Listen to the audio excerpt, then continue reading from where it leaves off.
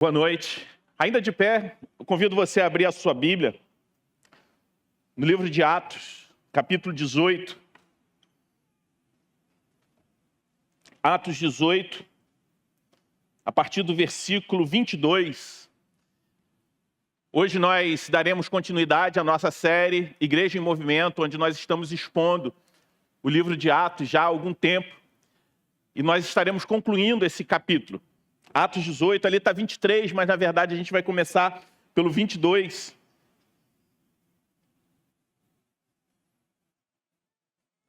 Não, desculpa, 23 mesmo.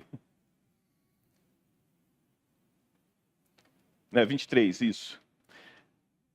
A palavra de Deus diz assim: havendo passado ali algum tempo, saiu atravessando sucessivamente a região da Galácia e Frígia, fortalecendo todos os discípulos. Nesse meio tempo, chegou a Éfeso um judeu natural de Alexandria chamado Apolo, homem eloquente e poderoso nas Escrituras. Ele era instruído no caminho do Senhor, e sendo fervoroso de espírito, falava e ensinava com precisão a respeito de Jesus, conhecendo apenas o batismo de João. Apolo começou a falar ousadamente na sinagoga. Quando Priscila e Áquila o ouviram falar, levaram-no consigo com mais exatidão, lhe expuseram o caminho de Deus. Quando ele resolveu percorrer a Acaia, os irmãos o animaram e escreveram aos discípulos para que o recebessem bem. Tendo chegado, Apolo auxiliou muito aqueles que, mediante a graça, haviam crido, porque com grande poder conhecia publicamente os judeus, provando por meio das Escrituras que Jesus é o Cristo. Vamos orar mais uma vez? Deus Santo, nós te agradecemos pela tua palavra. Que o Senhor abra agora nosso coração para entendermos aquilo que o Senhor quer falar com a tua igreja. Que a tua palavra possa penetrar em nossos ouvidos, adentrar o nosso coração e que possamos responder com fé tudo aquilo que vamos ouvir do Senhor nessa noite.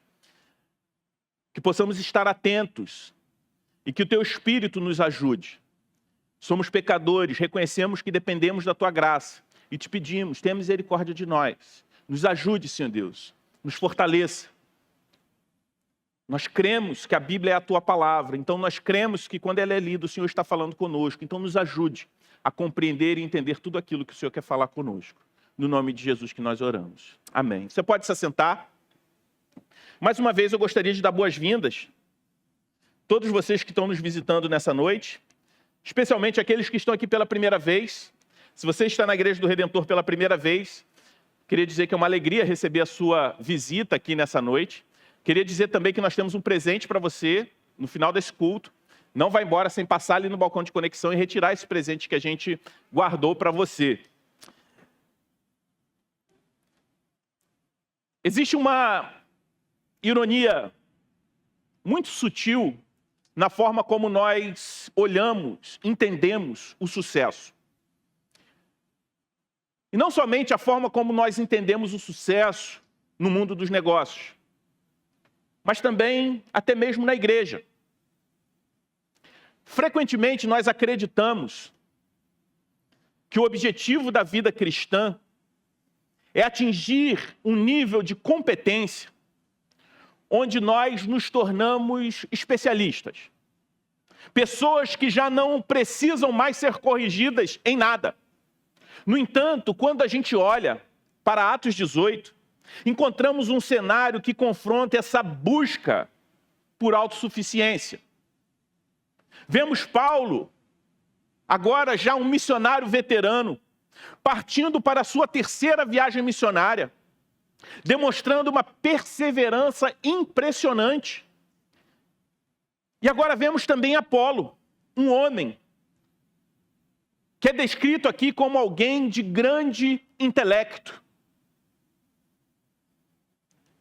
Alguém que possuía uma ótima oratória, que apenas estava ali usando todo esse seu recurso, todo esse seu conhecimento para falar de Jesus, mas que apesar da sua frustração, ele se submete ao ensino de um casal fabricante de tendas, que já é conhecido nosso, se você está acompanhando essa série, Priscila e Áquila. Apesar de toda a sua formação, ele se submete ao ensino desse casal simples. Esse cenário revela que o reino de Deus não avança por celebridades isoladas. O reino de Deus avança por uma rede de servos dispostos a fazer duas coisas. Duas coisas que parecem simples, mas são difíceis para o ego humano. Perseverar na missão e manter um espírito ensinável, um coração ensinável. Quando a gente olha para esse texto, qual o imperativo que emerge para nós? O que Deus requer de nós? O que nós devemos fazer quando nós lemos esse trecho na história, não só da vida do apóstolo Paulo, mas agora também com Apolo? Nós vemos aqui o mito do auge espiritual. Esse é o primeiro aspecto que eu gostaria de destacar com vocês. Quando a gente olha para Atos 18, de 23 a 28, a Escritura apresenta um padrão de vida cristã que, ao mesmo tempo que é exigente, é também atraente. O texto mostra Paulo percorrendo a Galácia e a Frígia. E diz aqui que Paulo estava fortalecendo todos os discípulos. Logo em seguida, nós vemos um segundo personagem, Apolo, em Éfeso, falando e ensinando com exatidão as coisas concernentes a Jesus, é o que o texto diz. E a gente precisa olhar para esse texto e perguntar para ele o que esse texto, o que essa palavra exige de nós. Primeiro, quando nós lemos isso, nós entendemos que o texto exige de nós a perseverança no fortalecimento espiritual. Quem esteve aqui ontem ouvindo a palestra sobre formação espiritual com o pastor Denis Araújo, aprendeu um pouco sobre fortalecimento espiritual, sobre formação espiritual, que é diferente de simplesmente adquirir conhecimento, mas andar com Jesus, estar com Jesus, se parecer com Jesus. E quando a gente olha para esse texto, a gente vê alguém perseverante no seu fortalecimento espiritual.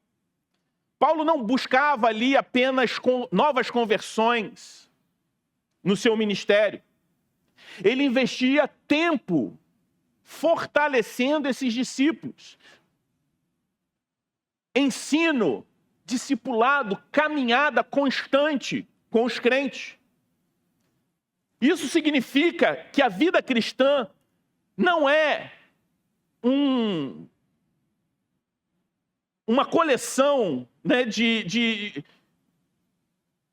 eventos cristãos para participar. Não é o consumo de eventos cristãos.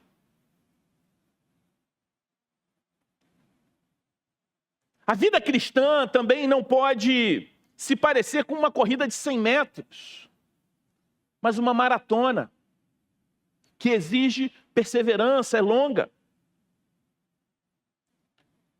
O texto nos mostra que nós precisamos ter compromisso com a maturidade espiritual dos outros, além da nossa. Esse texto nos leva a perguntar se nós temos fortalecido alguém em nossa comunidade ou estamos vivendo uma fé individualista.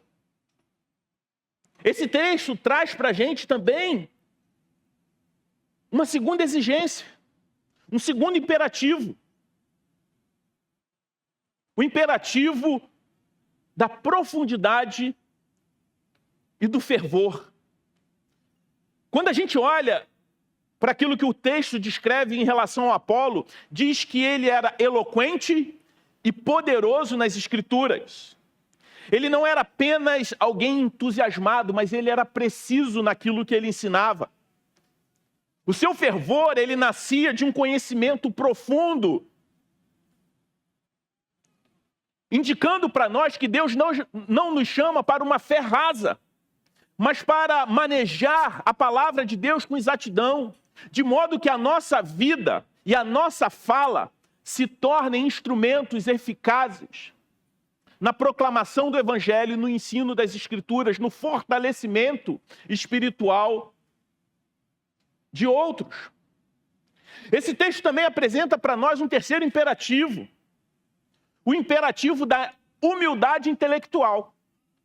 Apolo, um homem formado em Alexandria, ouve Priscila e Áquila, trabalhadores comuns,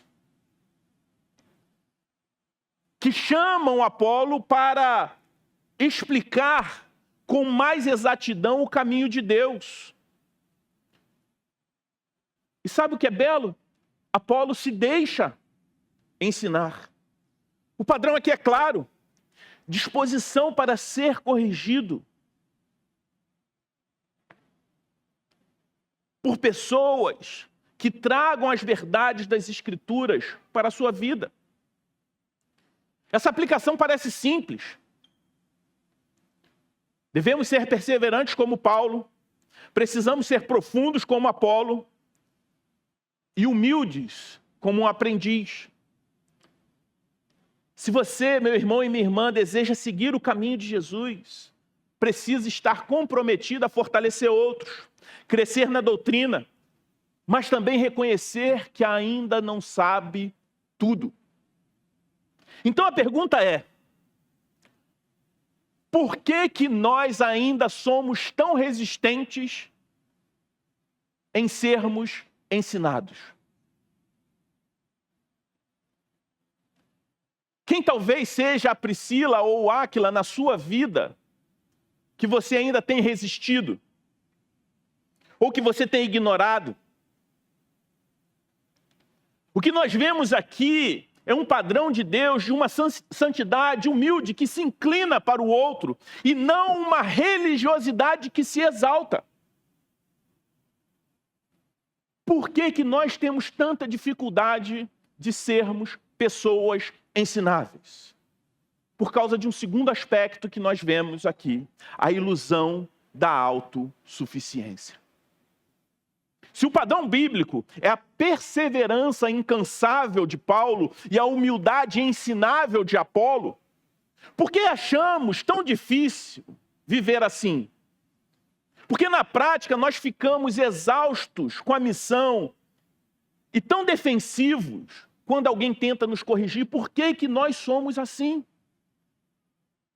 A resposta é muito simples e muito curta. É porque todos nós, por conta do pecado, temos uma doença no coração que nós podemos chamar de complexo de especialista. Fruto da idolatria, do ídolo, da competência e da imagem. Observe Apolo. O texto sagrado diz que ele era eloquente e poderoso nas Escrituras. Para muitos de nós, se tivéssemos metade do currículo de Apolo, metade do talento de Apolo, nós seríamos insuportáveis. O problema não é o talento. O problema é o que o nosso coração faz com o nosso conhecimento, com o nosso talento, com as nossas habilidades. Usamos os dons que recebemos de Deus, usamos o nosso conhecimento bíblico, não para servir, mas para construir um escudo de competência para a nossa vida. Porque se eu sou especialista, se eu sou aquele que sabe tudo, então eu me sinto seguro. Ninguém pode me tocar, ninguém pode me criticar, ninguém tem esse direito. Afinal de contas, eu sou autossuficiente. E a gente olha para o texto e quando a gente vê Priscila e Áquila chamando Apolo de lado, eles tocam no nervo mais sensível do coração humano. A possibilidade ou a realidade de não ser autossuficiente. Isso é verdade. Por que a gente se ofende tanto quando o nosso cônjuge nos corrige? Aponta algo em nós. Por que nós nos ofendemos tanto quando um colega de trabalho identifica uma falha em nós. Não é apenas uma questão de opinião, é uma ameaça a uma identidade que nós construímos a partir desse ídolo que carregamos no nosso coração. Porque se eu não for o melhor ou o que sabe tudo, quem eu serei? Muitas vezes revelamos isso ao pensar que no lugar do outro nós faríamos melhor. E normalmente a gente faz isso criticando alguém que está num lugar que nós não estamos habilitados para estar. Por exemplo, a Copa do Mundo está chegando. As pessoas pensam que o Brasil, nesse momento, está dividido pela polarização política, mas ele está dividido pela polarização se Neymar deve ou não estar na Copa do Mundo. Nesse momento, depois que sair a convocação, aí as pessoas vão pensar em eleição. E é interessante que muitas pessoas falam assim, se eu fosse o Neymar, eu estaria na Copa. Eu treinaria mais, eu seria mais disciplinado. Só que a grande questão é que você não é o Neymar. Você fala que faria melhor, mas você não tem a mínima condição de nem estar no lugar dele. É fácil, muitas vezes, eu não estou falando que nós devemos ser pessoas alienadas, que não devemos ter um senso crítico em relação às coisas. Mas muitas vezes nós tecemos opiniões, se eu estivesse lá no lugar dele, eu estaria fazendo muito melhor. Mas a grande questão é porque você não está. E não é por uma questão de sorte. Porque você não tem condição de estar lá. Então é fácil falar que faria melhor em um lugar que você jamais estaria. Nós temos essa tendência. O moralismo nos ensina que a nossa aceitação no mundo depende do nosso desempenho. Então a gente fica o tempo todo tentando se vender como o melhor, como quem sabe. Por isso, admitir que precisamos aprender com mais exatidão soa para o nosso ego não transformado como um fracasso.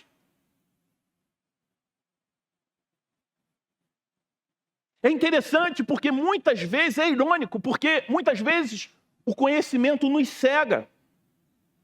Isso é uma ironia muito didática, quando a gente olha para esse texto. Apolo conhecia as coisas concernentes a Jesus e as ensinava com precisão, é o que o texto diz. Só que ao mesmo tempo o texto fala que ele conhecia apenas o batismo de João. Isso pode parecer para você nesse momento meio confuso.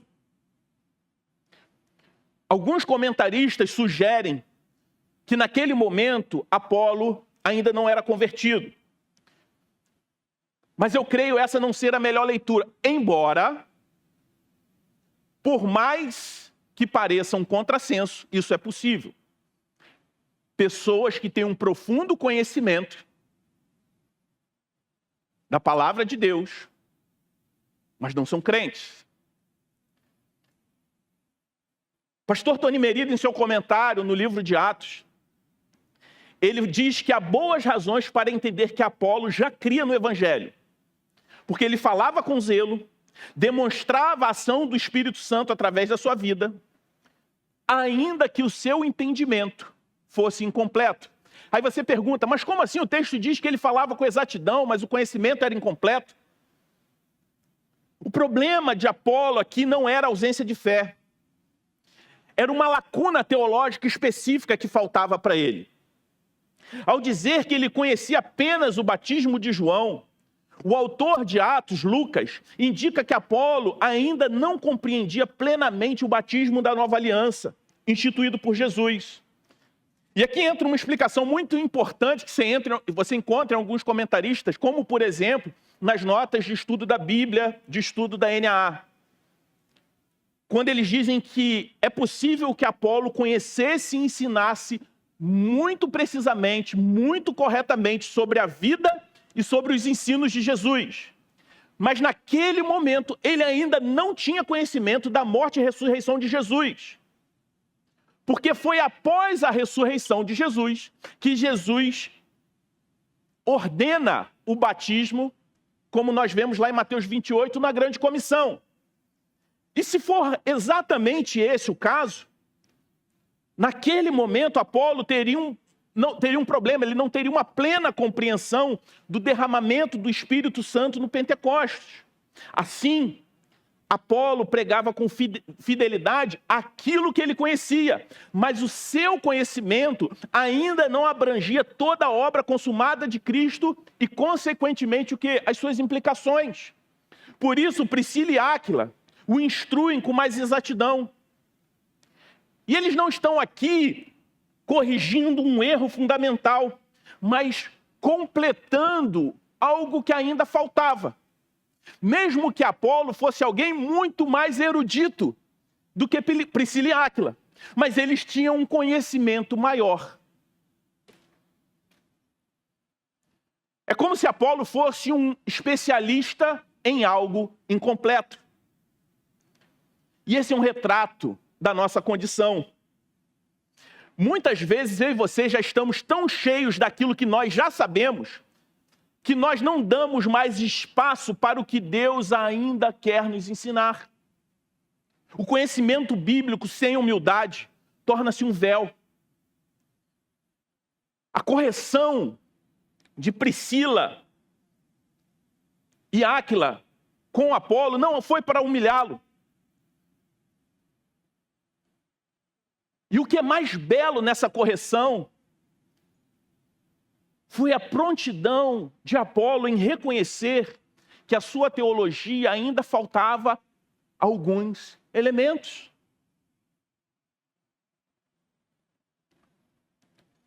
E sabe por que isso é tão belo? Porque nós estamos cansados de se auto-justificar o tempo todo. E quanto a Paulo, o que o texto diz? O texto diz que Paulo ele percorria a Galácia e a Frígia, fortalecendo todos os discípulos. E o que nós nos perguntamos? Por que nós vivemos assim? Não vivemos assim? Porque muitas vezes servimos a Deus esperando algo em troca.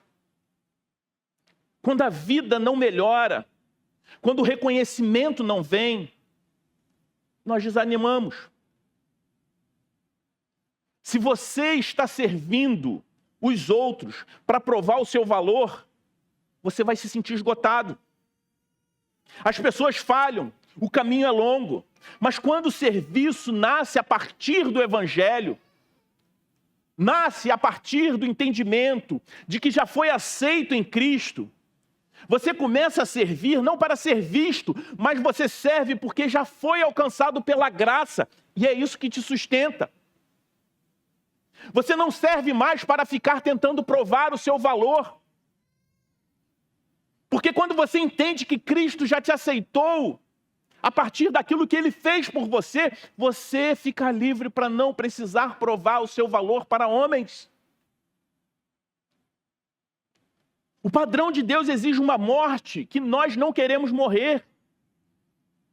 Deus exigiu que Paulo morresse para o seu conforto, que Apolo morresse para o seu orgulho intelectual. Nós não conseguimos fazer isso porque ainda acreditamos que nós somos os protagonistas da nossa própria história. Ficamos presos a esse mito do auge espiritual. Tentamos provar que já somos bons o suficiente. Então o que nos torna tão resistentes à correção, tão frágeis diante do cansaço que não conseguimos perseverar como Paulo perseverou? Como nós podemos quebrar esse ciclo? Como um homem, como Apolo, consegue se inclinar e aprender a partir de um casal mais simples intelectualmente que ele? Como um homem como Paulo continua caminhando, mesmo diante de tanta perseguição? Nós precisamos olhar para Jesus e aprender como ele fez isso. E quando olhamos para Jesus, nós encontramos o verdadeiro mestre que se tornou aprendiz. Como que nós quebramos esse ciclo do mito do auge espiritual? Como vencemos a defensividade de um ego que não aceita ser corrigido e o cansaço de uma alma que já não consegue mais caminhar? Como nós fazemos isso? Não é tentando ser mais humildes ou mais esforçados. Se a gente ficar tentando ser mais humilde, ou mais esforçado pela nossa própria força, é como simplesmente passar um verniz num túmulo. A solução não está em olhar para Apolo ou para Paulo como modelos morais. Precisamos olhar para Paulo e Apolo como homens capturados por alguém muito maior que eles. Pense na ironia mais profunda dessa história.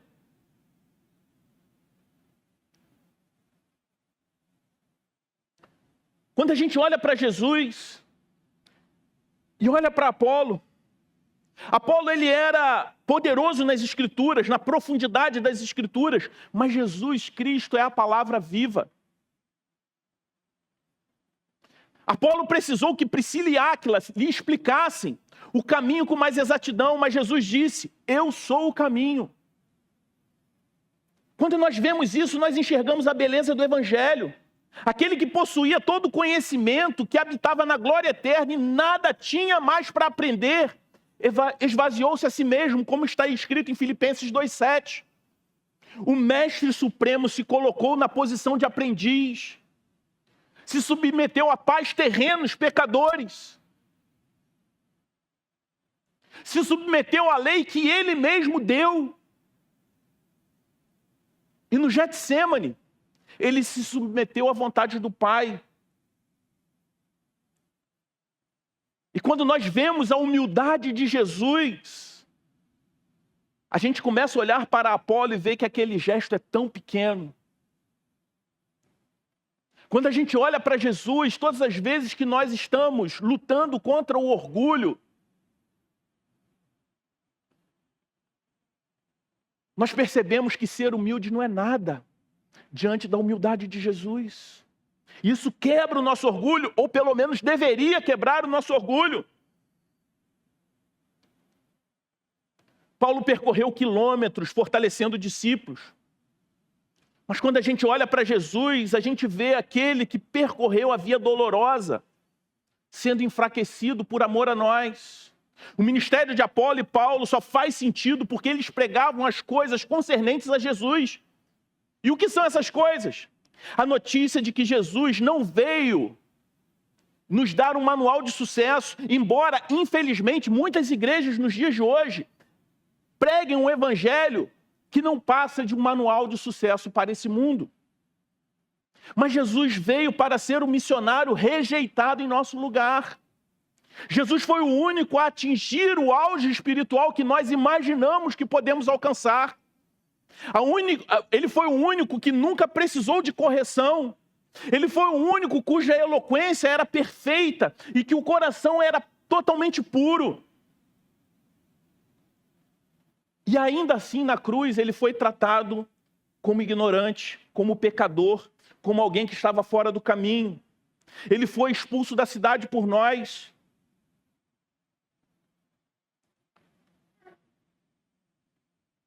E ele foi expulso por nós que erramos o caminho como Apolo, que nos cansamos como Paulo, para que pudéssemos ser recebidos pelo Pai.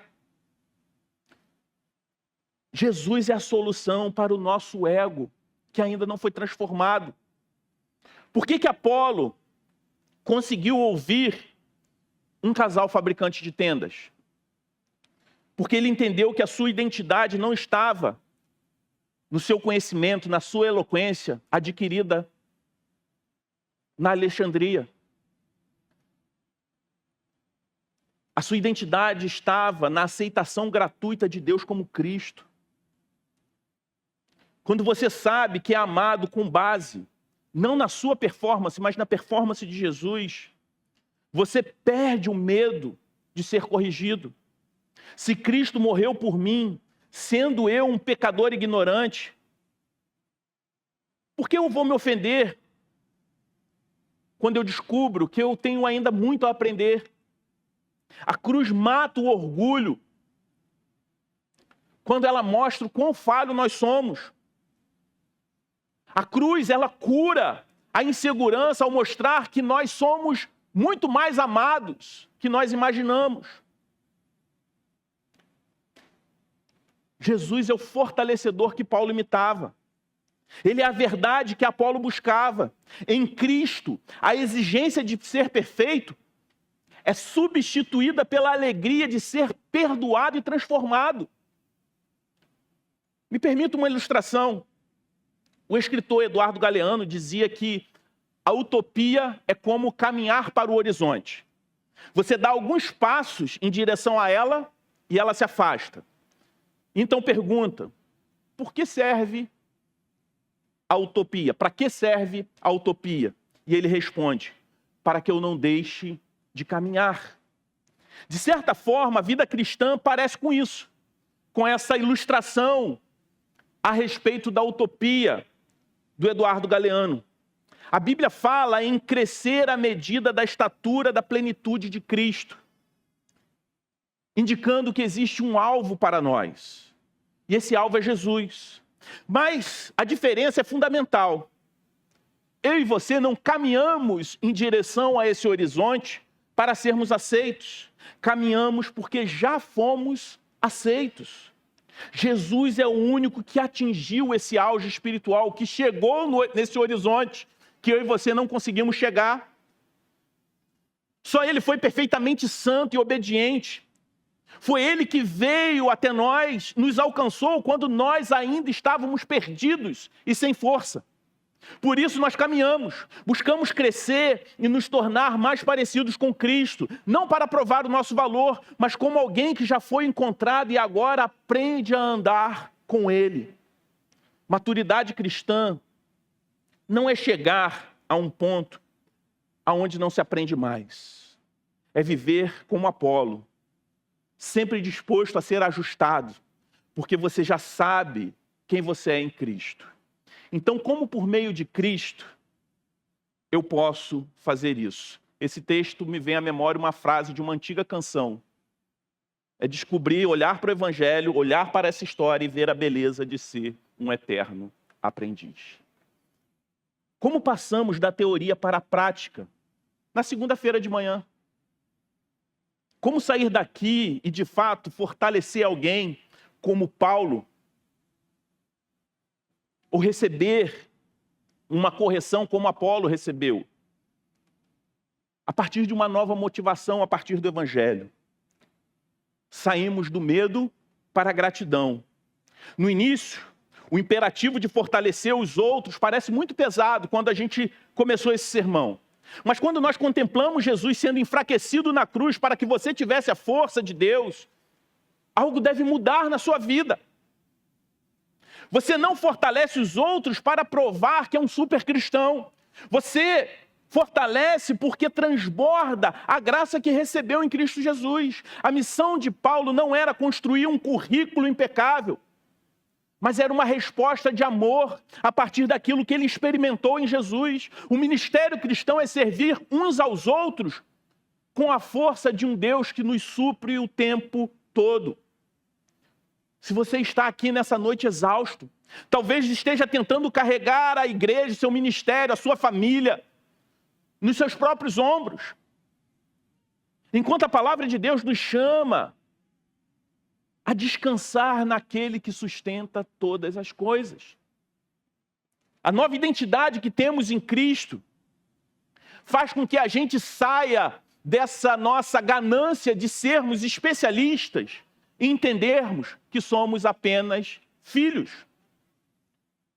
Apolo pôde ouvir Priscila e Áquila porque a sua identidade não estava no seu conhecimento, na sua eloquência, mas na realidade de ser um filho amado de Deus. Quando o Evangelho alcança o coração, ele quebra essa nossa necessidade de autoproteção.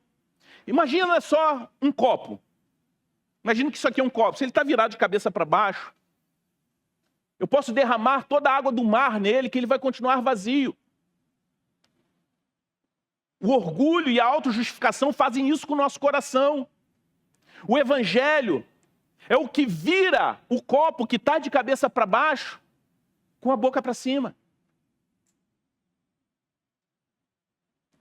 E quando a gente entende isso, a gente não precisa mais ficar tentando defender a nossa reputação. Se alguém nos diz, você errou aqui, e foi um conselho sábio de um irmão que falar isso contigo em amor, você vai poder dizer com sinceridade: obrigado por me ajudar. Realmente eu sou mais falho do que eu imaginava. Ao mesmo tempo que eu sei que eu sou o mais amado que jamais ousei acreditar. A humildade de Apolo nasce de um coração que não tem mais nada a provar para ninguém. O texto diz que Apolo, ao chegar na Acaia, auxiliou muitos que estavam lá, muitos que haviam crido. Ele se tornou um discipulador, um instrumento de ajuda, porque primeiro ele aceitou ser ajudado. E esse texto, essa mensagem, deve nos levar a duas perguntas que nós devemos fazer para nós mesmos nessa noite. A primeira é: quem é a pessoa simples que Deus colocou na sua vida para te ensinar algo sobre o caminho? Você tem ouvido? Você tem o ouvido de Apolo? Ou você tem se fechado pelo orgulho? Você tem os ouvidos que Apolo tinha de aprender com a sabedoria dos irmãos, independente da instrução que ele tem e da sua? Ou você tem o silêncio do orgulho?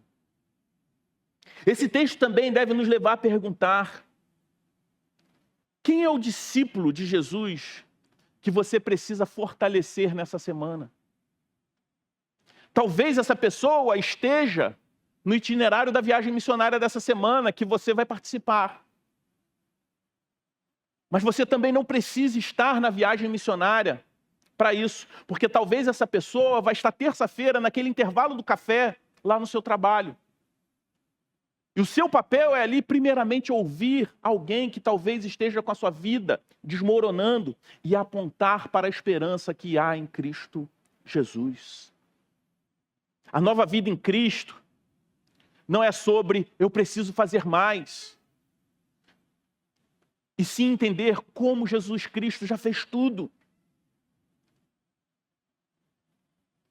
E é o Espírito Santo que toma essa verdade,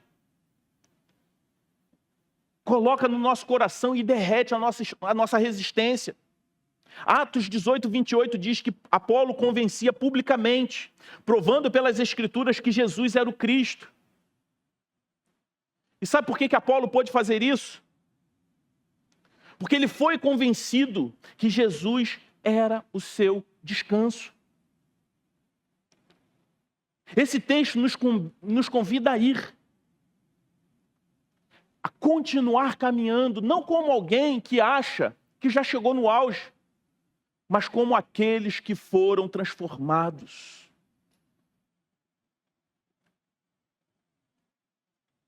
Ir como aqueles que foram resgatados, que foram tirados do império das trevas e hoje caminham na luz e usufruem de uma graça, de uma fonte que nunca se esgota. No fim de Atos 18, não é apenas sobre Paulo perseverando ou sobre Apolo aprendendo. É sobre Jesus formando pessoas que sabem que ainda precisam crescer. Mas que apesar disso, já foram plenamente aceitas por Ele. O Evangelho não nos transforma em especialistas que não precisam de ninguém. O Evangelho nos transforma em filhos e filhas que continuam aprendendo o tempo todo. Jesus Cristo não nos chama para provar o nosso valor. Ele nos chama para viver a partir de um valor que já nos foi dado a partir daquilo que Ele fez na cruz por nós. Por isso, você não precisa sustentar a sua própria vida espiritual a partir da força do seu próprio braço, do seu desempenho. Você não precisa fingir que já chegou no auge. Em Cristo você é livre para ser corrigido. Você é livre para crescer e livre para continuar caminhando.